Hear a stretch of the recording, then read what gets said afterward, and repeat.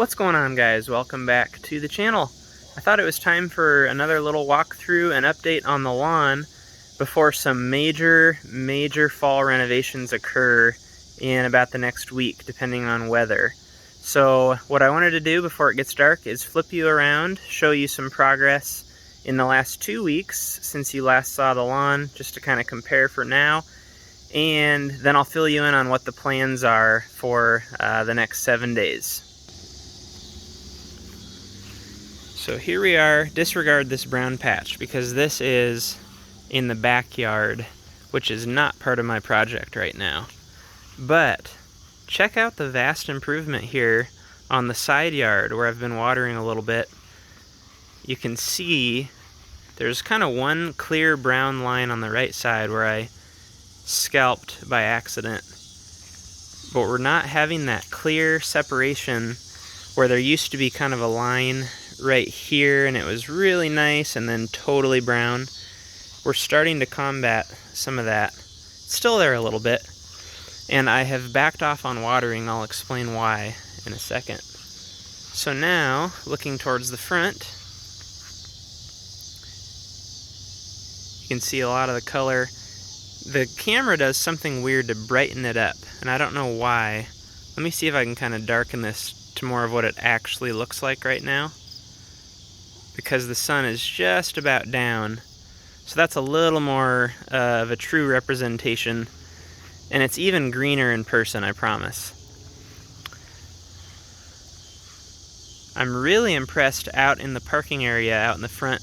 We have two kind of major problem fungus areas right here and right here.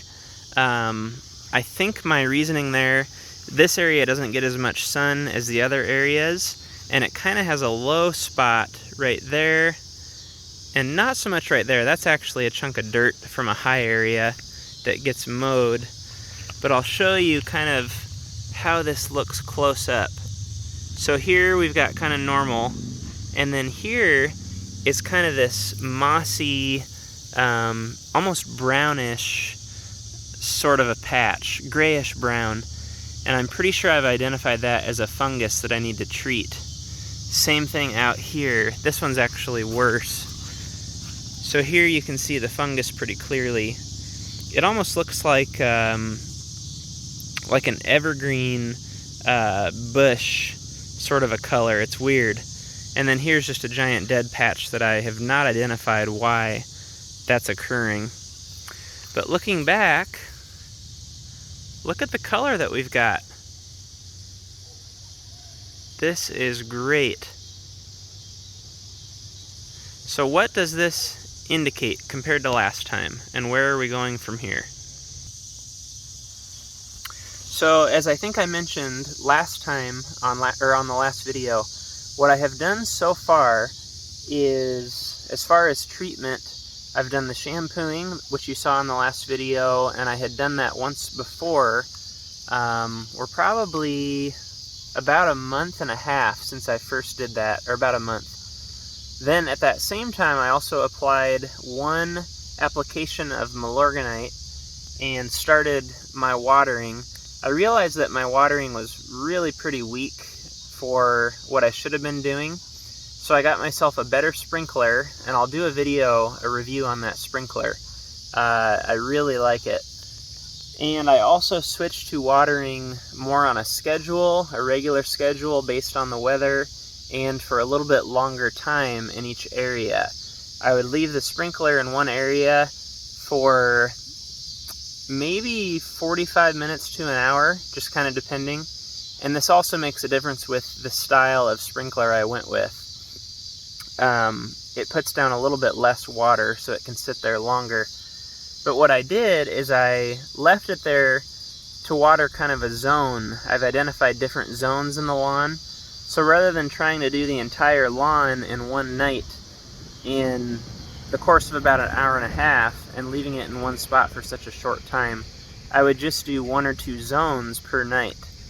So that has made quite a big difference. Also, we're getting into cooler weather. We did get one shot of rain, 0.4 or 0.4 of an inch.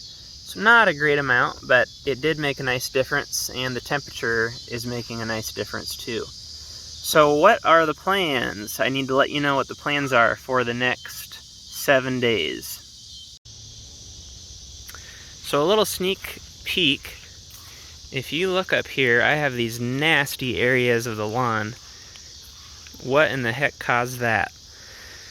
What my plan is, this was a little bit of a test patch of the new dethatcher that I bought from Sunjoe, and you'll see a detailed video on that as well.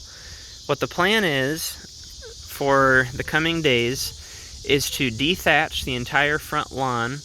I'm going to sweep all that up with my lawn sweeper, and you're going to see all this, so stay tuned.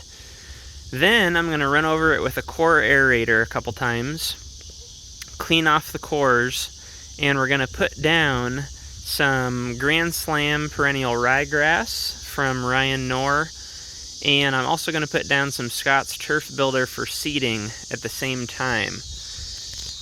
And we'll switch our watering, obviously, a little bit more intense on the water while we're getting that seed to pop up. But this is about the last time you're going to see the lawn, the old lawn, we'll call it, before we do our major renovation. So it's going to get a lot worse before it gets better, but it's going to get so much better. I can't wait. I'm hoping that the dethatching and aerating takes care of a couple of these high spots that I've got. Right here is a bad one that I hit with the mower, and then this whole area kind of slants up, and so there's a low spot here, high spot here. I'm hoping that it just kind of evens that out.